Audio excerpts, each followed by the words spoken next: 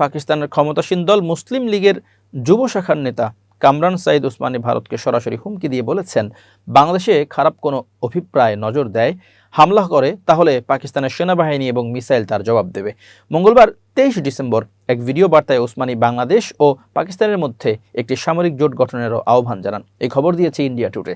কামরান সাঈদ ওসমানী এক ভিডিওতে বলেছেন, যদি ভারত বাংলাদেশের সার্বভৌমত্বকে হামলা করে, যদি কেউ খারাপ অভিপ্রায়ে বাংলাদেশের দিকে চোখ দেওয়ার সাহস দেখায়, মনে রাখুন, পাকিস্তানের জনগণ, পাকিস্তানের সেনাবাহিনী আর আমাদের মিসাইল কিন্তু দূরে নয়। ওসমানী বলেন, বাংলাদেশে যদি ভারত অখণ্ড ভারত চিন্তাভাবনা চাপিয়ে দেওয়ার চেষ্টা করে, তাহলে পাকিস্তান এটি সহ্য করবে না। তিনি দাবি করেন, পাকিস্তান এর আগেও ভারতকে কঠিন পরিস্থিতিতে ফেলেছে, যদি প্রয়োজন হয় তাহলে আবারও এমনটি করবে। তিনি বলেন, সীমান্তে বিএসএফ বাংলাদেশকে বিরক্ত করছে এবং বাংলাদেশকে হিন্দু রাষ্ট্র বানানোর চেষ্টা করছে। তিনি প্রস্তাব দিয়ে বলেন, আমাদের প্রস্তাব হলো বাংলাদেশের পাকিস্তানের সঙ্গে সামরিক জোট গঠন করা উচিত, বাংলাদেশে পাকিস্তানের আর পাকিস্তানে বাংলাদেশের ঘাঁটি স্থাপন করা উচিত। ওসমানীর মতে, এ ধরনের ব্যবস্থা উভয় দেশের কৌশলগত নিয়ন্ত্রণ শক্তিশালী করবে এবং চীন পাকিস্তান অর্থনৈতিক করিডোর সিপিইসি বাংলাদেশের বন্দরগুলোর সাথে যুক্ত করবে। তিনি দাবি করেন, যারা বন্দর ও সমুদ্র নিয়ন্ত্রণ করে তারাই বিশ্ব শাসন করে।